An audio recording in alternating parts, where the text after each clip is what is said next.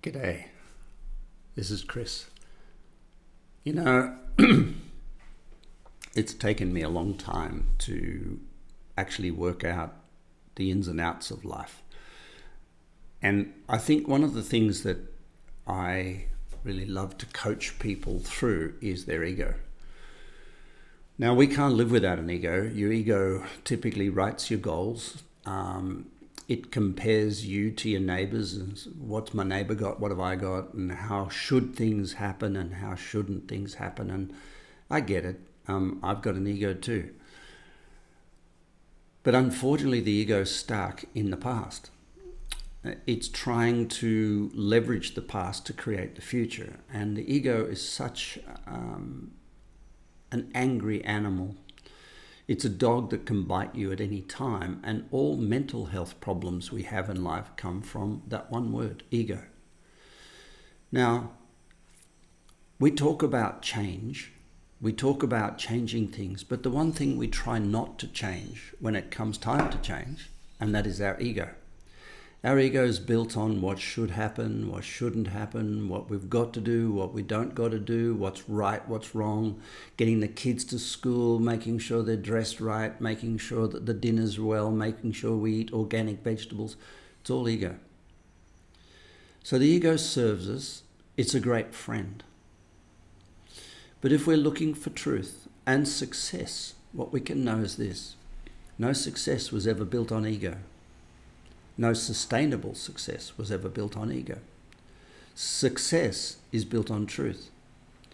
When we say, I want to be better than somebody, or or that person's worse than me, if we say I'm worse than somebody, or they're worse than me, or I want to be good as, or something like that, we've entered the world of the ego. And everything that's built on ego will fail. It's guaranteed.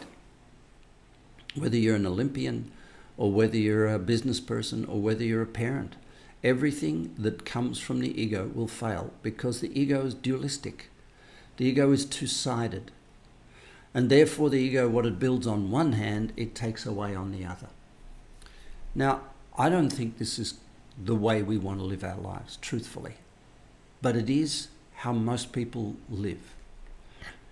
We call this process being strong about a topic. We might say, I believe in global warming, or I believe in avoiding global warming, and we can address that topic.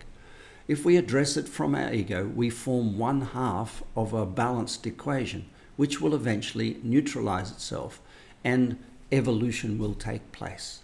If we say, I believe in this company and I'm strong for it, somebody else will believe in being anti this company and anti for it. To operate without ego is a really beautiful space.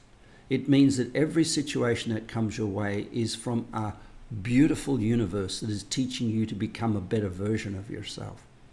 My job as a coach is to help you find those learnings, help you discover them as quickly as possible, because the learnings we don't discover quickly become pain. And if we leave them there too long, those pains become suffering. And if we leave the suffering there too long, they become permanent, embedded, default process in our subconscious, which is called fear. So the process of coaching is leading you from wherever you are in life to wherever the better place is.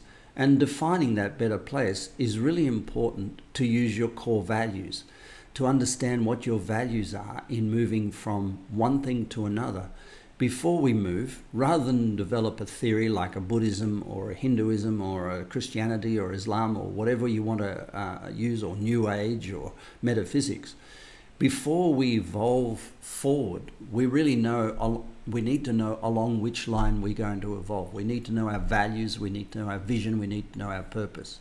So the first step in any process of living without ego is to know your purpose, because your purpose is beyond you. It's a purpose greater than self, and that self that it's greater than is the ego.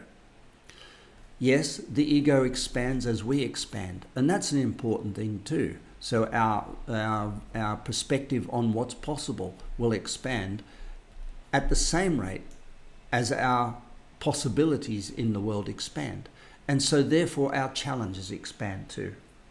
So have some thought about this today. I hope you've enjoyed this short vodcast, as you call it, and see you next week. Bye for now.